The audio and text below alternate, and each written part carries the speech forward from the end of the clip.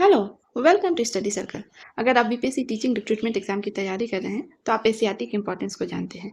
तो इसी सीरीज में आज हम लोग पढ़ेंगे BPSC teaching recruitment exam specially PGT के लिए। पीजीटी हिस्ट्री के लिए जो है कि आपका जो क्लास 11th स्टैंडर्ड और 12th स्टैंडर्ड का टेक्स्ट बुक है एससीईआरटी का, वो बहुत इंपॉर्टेंट है।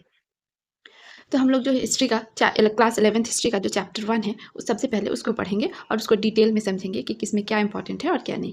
तो चैप्टर 1 में जो है वो है प्रारंभिक समाज, और इसमें दो चैप्टर है प्रारंभिक समाज में। पहला है कि समय की शुरुआत और दूसरा है लेखन कला और शहरी जीवन।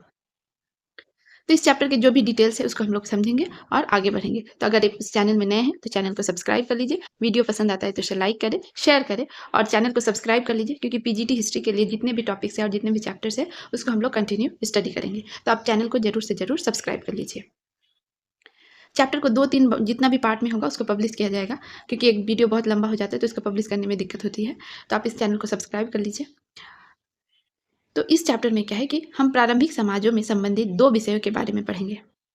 पहला विषय है कि सुदूर अतीत में लाखों साल पहले मानव अस्तित्व की शुरुआत के बारे में है, और उसमें आप ये भी पढ़ेंगे कि सर्वप्रथम अफ्रीका में मानव प्राणियों का प्रादुर्भाव कैसे हुआ। पुरातत्व वैज्ञानिकों ने इतिहास के इन प्रारंभिक चरणों के बारे में हड्डियों और पत्थर के औजारों के अवशेषों की सहायता से कैसे अध्ययन किया। पुरातत्व विज्ञानी जो थे उन्होंने आरंभिक मानव के जीवन के बारे में पुनर्निर्माण करने का प्रयत्न किया। उन्होंने ये जानने की कोशिश की कि ये कैसे घरों में रहते थे और ये पेड़ पौधे से उत्पन्न कंदमूल एवं बीजों को इकट्ठा करने और जानवरों का शिकार करके अपना भरण पोषण कैसे करते थे, और ये किन तरीके से अपने भावों एवं विचारों को अभिव्यक्त करते थे। आप ये भी पढ़ेंगे इस चैप्टर में कि आदमी द्वारा आग और भाषा का प्रयोग कब और कैसे शुरू हुआ, और अंत में आप ये देखेंगे कि आज की दुनिया में भी जो लोग शिकार, पेड़ पौधे से प्राप्त खाद्य सामग्रियों से अपना भरण पोषण करते हैं, उनके जीवन का अध्ययन करने से अतीत के बारे में जानकारी मिल सकती है।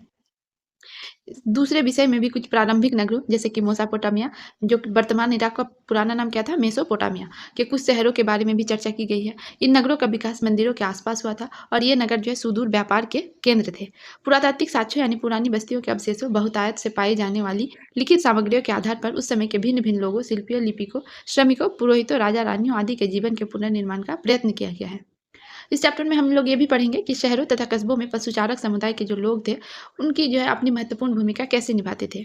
एक विचारणीय प्रश्न यह है कि यदि लेखन कला का विकास नहीं हुआ होता तो इन शहरों में विभिन्न प्रकार की गतिविधियां कैसे संभव हो पाती। हम लोग इसमें यह भी पढ़ेंगे कि लाखों वर्षों तक जंगलों, गुफाओं अथवा काम चलाऊ घरों, आसरों तथा शिलाश्रयों में रहने वाले इन इंसानों ने आगे चलकर गाँव और शहरों में रहना कैसे शुरू किया। बहुत लंबी कहानी है और ऐसी गहनी अनेक घटनाओं से जुड़ी है जो सर्वप्रथम नगरों की स्थापना से कम 5000 वर्ष पहले घटित हुई थी। अंततः दूरगामी प्रभाव डालने वाले परिवर्तनों में से एक था क्या था कि धीरे धीरे खाना बदोश जिंदगी को छोड़कर खेती के लिए एक स्थान पर बस जाना, जो लगभग 10,000 साल पहले शुरू हो चुका था।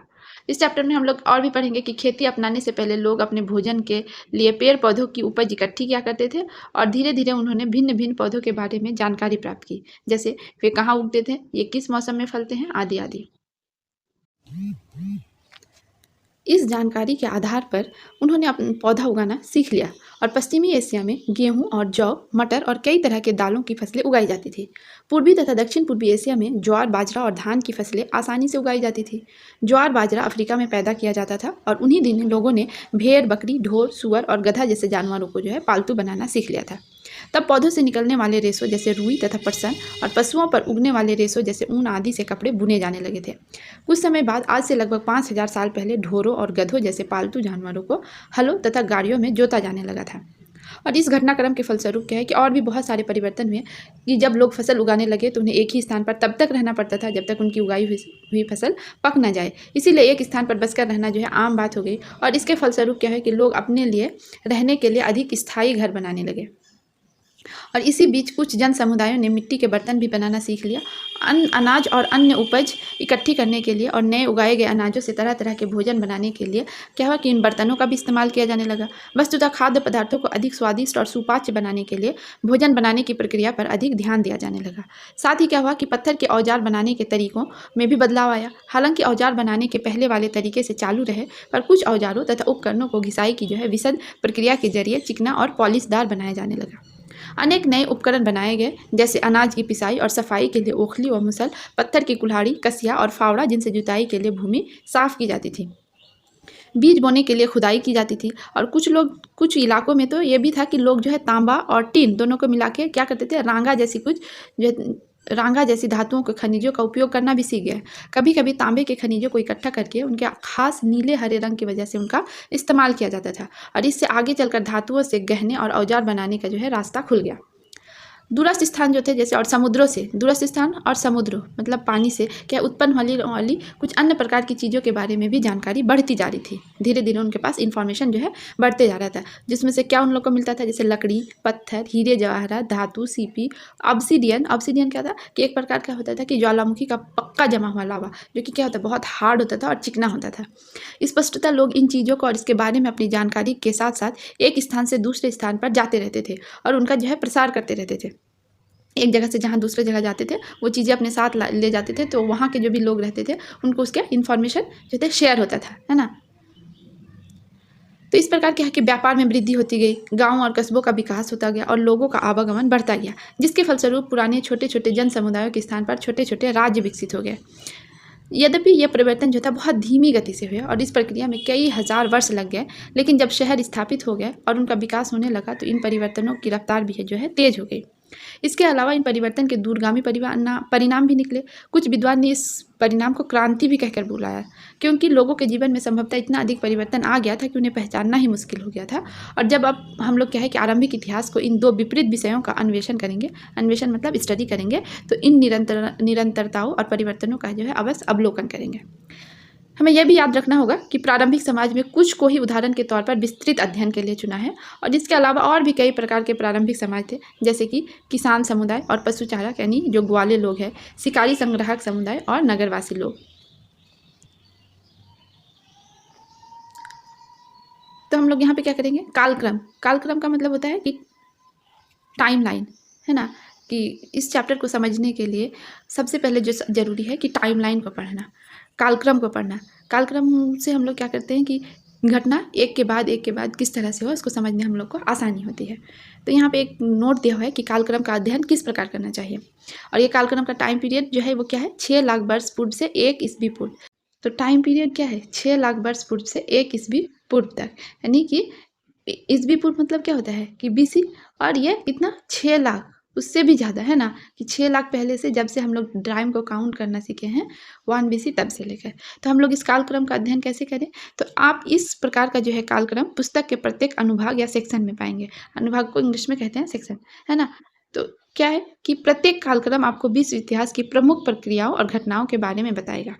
और जब आप इन कालक्रमों का अध्ययन कर रहे हो तो ये क्या है कि ध्यान रखे कि राजाओं के बीच लड़े गए युद्धों की अपेक्षा उन प्रक्रियाओं और घटनाओं जिनके द्वारा सामान्य स्त्रियों और पुरुषों ने इतिहास को प्रभावित किया की तिथियों को अंकित करना अधिक कठिन है। क्योंकि पहले के ज़माने में क्या है कि युद्ध और ये सब का डेट को ही मेंशन किया है, लेकिन जिनके द्वारा जो है सामान्य स्त्री और पुरुषों का इतिहास को प्रभावित किया है, मतलब उसका गणना करना कठिन है, उसको कहीं पर कोई इतना मेंशन नहीं दिया गया, उसको इम्पोर्टेंस ही नहीं दिया गया। सेकेंडली क्या है कि कुछ तिथियां जो है किसी प्रकार के आरंभ या उसके परिपक्व अवस्था को दर्शाती हैं, और इतिहासकार लगातार नए नए साक्ष्यों के आधार पर तिथियों में संशोधन भी करती रहती है और पुरानी तिथियों के निर्धारण के लिए नए तरीकों का इस्तेमाल भी कर रहे हैं। तो क्या है कि यद्यपि इस कालक्रम को मतलब इस बुक में जो भी कालक्रम को बनाया गया है, कालक्रम को सुविधा की दृष्टि से भौगोलिक आधार पर बांट दिया है। भौगोलिक आधार पर मतलब जो देश के हिसाब से, कंट्री के हिसाब से, है ना, या फिर कॉन्टिनेंट के हिसाब से, एरिया के हिसाब से क्या है उसको डिवाइड कर दिया है। और वास्तविक ऐतिहासिक विकास प्रायः इन सीमाओं के पार जाते हैं। ऐतिहासिक प्रक्रियाओं में काल अनुक्रम प्रायः ऊपर नीचे या अति व्यापित हो जाता है। जब भी ऐतिहासिक प्रक्रिया होता है, जैसे कुछ भी कि अगर खेती का ही इतिहास है तो उसमें क्या है कि कालक्रम जो है ऊपर नीचे या फिर ओवरलैपिंग हो जाता है, कि एशिया में इतना पीरियड से इतना पीरियड के बाद हुआ, हो सकता है कि अफ्रीका में उसके आगे या पीछे हो। मानव इतिहास के कुछ युगांतकारी घटनाओं को ही यहाँ दिया गया है और इनकी प्रक्रियाओं का वर्णन आने वाले अध्यायों में भी किया गया है, जिनके जो है पृथक कालक्रम भी है। जहाँ पर एक हम लोग देखेंगे कि यहाँ पर आपको एक चित्र दिखाएगा जो कि खाने में लिखी तिथि से संबंधित है। तो इस टाइम पीरियड के बारे में बोल रहा है कि कोई एक चित्र दिखाई जाएगा, तो क्या उस पर्टिकुलरली उस टाइम पीरियड से वो रिलेटेड है। कालक्रमों में जो है कि दिए गए खाली खानों का ये अर्थ नहीं है कि उस काल में भी कुछ भी विशेष घटित नहीं हुआ। कभी कभी ये हमें बताता है कि हमें अभी तक ये पता नहीं है कि उस काल में क्या घटित हुआ है। तो टाइम पीरियड जो लाइन दिया हुआ है यहाँ पे, वहाँ पे कहीं कहीं पे जो है कि खाली स्पेस छोड़ दिया गया है। तो इसका मतलब हरगिज नहीं कि उस टाइम पे कुछ भी नहीं हुआ था, लेकिन यह है कि उसमें जो है अभी रिसर्च करना बाकी है, या फिर उसका कोई भी एविडेंस अभी तक हम लोग को मालूम नहीं पड़ा है, लेकिन हो सकता है कि आगे जाके वो हम लोग को पता चले। अगले वर्ष हम दक्षिण एशिया के इतिहास और विशेष रूप से भारतीय इतिहास का अध्ययन करेंगे और दक्षिण एशिया के बारे में दी गई तिथियां उस महाद्वीप में हुए केवल कुछ विकासों को ही दर्शाती है। तो ये तो इस चैप्टर में जो टाइम लाइन है उसको कैसे पढ़ेंगे उसका जो है यहाँ पे एक नोट दिया हुआ है। आगे हम लोग ये पढ़ते हैं कि ये कालक्रम जो है मानव के उदय, पौधों और पशुओं के बसने की प्रक्रिया, डोमेस्टिकेशन के बारे में प्रकाश डालता है। यहाँ पर कुछ प्रमुख औद्योगिक विकासों जैसे कि आग का आविष्कार, धातुओं का प्रयोग, हल द्वारा खेती तथा पहिए चाक के प्रयोग में जो है जानकारी मिलती है। और इस प्रक्रिया में नगरों के आविर्भाव और लेखन के प्रयोग के बारे में भी बताया गया है। आपको यहाँ पर कुछ प्राचीनतम साम्राज्यों का भी उल्लेख मिलेगा जिनकी विषय वस्तु विस्तार से कालक्रम 2 में दे दी जाएगी। तो यहाँ पर आप चित्र में देख सकते हैं कि यहाँ एक कालक्रम दिया हुआ है। तो सबसे पहला जो इसको क्या है हम लोग ऑलरेडी पढ़ चुके हैं कि इसको किसमें फिजिकल डिवाइड किया गया, मतलब भौगोलिक दृष्टि से बांटा गया है। तो ये जो पार्ट है ये अफ्रीका का है, इधर जो है ये अफ्रीका के बारे में है और ये जो है यूरोप के बारे में है। तो यूरोप के बारे में क्या है कि जो उसके इम्पोर्टेंट है यहाँ दिया हुआ है और टाइम पीरियड यहाँ पे दिया हुआ है। तो सबसे पहला जो टाइम पीरियड वो क्या है कि 6 लाख वर्ष पूर्व से क्या है कि 5 लाख वर्ष वर्तमान से पूर्व, मतलब अभी से जो है कि 5 लाख वर्ष पहले और 6 लाख, मतलब ये जो पूरा 1 लाख का है जो टाइम पीरियड है 1 लाख का। उस टाइम पे अफ्रीका में क्या घटना हो रही थी कि ऑस्ट्रेलोपिथेकस के जो जीवाश्म हैं वर्तमान से 56 लाख वर्ष पूर्व अग्नि के प्रयोग के साक्ष्य मिले थे। यानी कि अफ्रीका में ऑस्ट्रेलोपिथेकस का जो है जीवाश्म मिला है, फॉसिल मिला है और अभी वर्तमान से 56 लाख वर्ष पूर्व से जो है क्या है कि अग्नि के प्रयोग का भी साक्ष्य मिला है और वर्तमान से 14 लाख वर्ष पूर्व।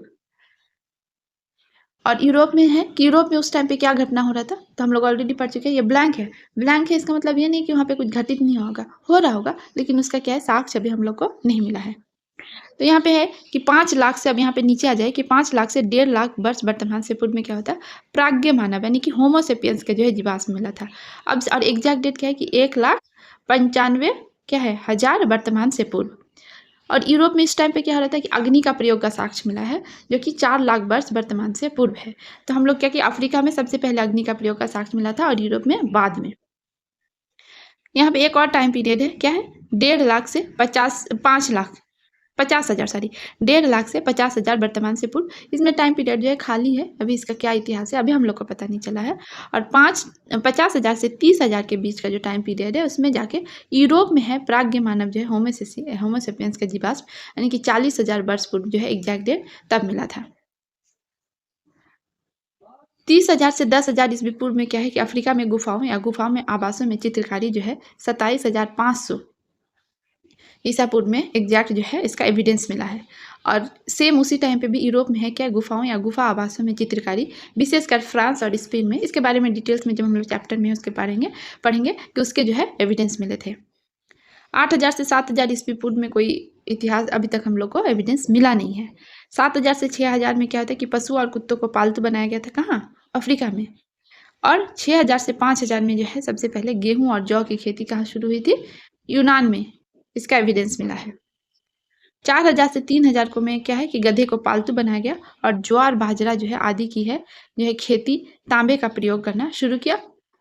और सेम टाइम पे यहाँ पे ही क्या है कि यूरोप में भी तांबे का प्रयोग है और क्रीट नामक जगह से है इसका एविडेंस मिला। 3,000 से 2,000 ईस्वी पूर्व में क्या है कि हल के द्वारा जो है कृषि अफ्रीका कॉन्टिनेंट में शुरू हो गया था। प्रथम राजवंशों का भी इतिहास मिलना शुरू हो गया, नगर, पिरामिड, कैलेंडर, चित्रात्मक लिपि, पैपायरस पर लेखन जो कि मिस्र में है, ये सब का क्या है 3,000 से 2,000 के बीच तक एविडेंस मिलने लगा था। वहीं यूरोप में जो है घोड़े को पालतू बनाया गया, पूर्वी यूरोप में इसका एविडेंस मिलता है। 2000 से 1900 के बीच में ये जो चित्र है यहाँ पे आप देख सकते हैं, इसके बारे में जो डिटेल्स है हम लोग पढ़ेंगे चैप्टर्स में। तो ये टाइम पीरियड है 2000 से 1900 के बीच है ना। और ये इनफैक्ट 2000 से जो 1500 ईस्वी पूर्व के बीच का ये यूरोप का इतिहास है कि ऐसे जो मूर्ति और चित्र है वो बनाए जाने लगे थे। उसी टाइम पे यूरोप में क्या हुआ था कि नगरों, महलों, कांसे का प्रयोग, कुम्हार का चाक, व्यापार का विकास, क्रीट और लिपि का विकास, ये भी क्रीट से जो है इसका एविडेंस मिलने लगा था।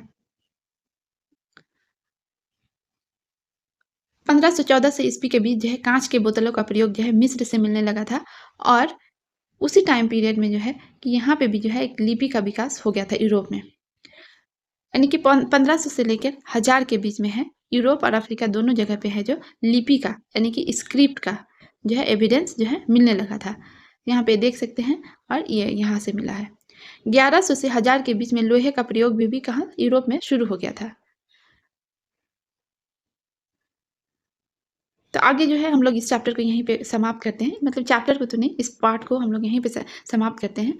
और जो है इसका नेक्स्ट पार्ट हम लोग पार्ट 2 में पब्लिश करेंगे और जितना भी है आगे हम लोग बहुत सारे पार्ट में इस पूरे चैप्टर को पब्लिश करेंगे और डिटेल्स में पढ़ेंगे, क्योंकि जब तक हम लोग डिटेल्स में नहीं पढ़ेंगे, चाहे कोई भी एग्जाम हो, और खासकर पीजीटी में जो आपके बुक के एक-एक सेंटेंस वाइज क्वेश्चन पूछता है, इसलिए डिटेल्स पढ़ना और टेक्स्ट बुक का पढ़ना अगर आप क्वालीफाई करना चाहते हैं और एग्जाम को लेकर सीरियस है तो बहुत ज़रूरी है। तो आप इस चैनल के साथ बने रहिए, चैनल को सब्सक्राइब कर लीजिए। हम टाइम टाइम पे वीडियो अपलोड करते रहेंगे और आपके सहयोग की ज़रूरत है, हमेशा हमारा सहयोग करें। वीडियो देखने के लिए आपका धन्यवाद।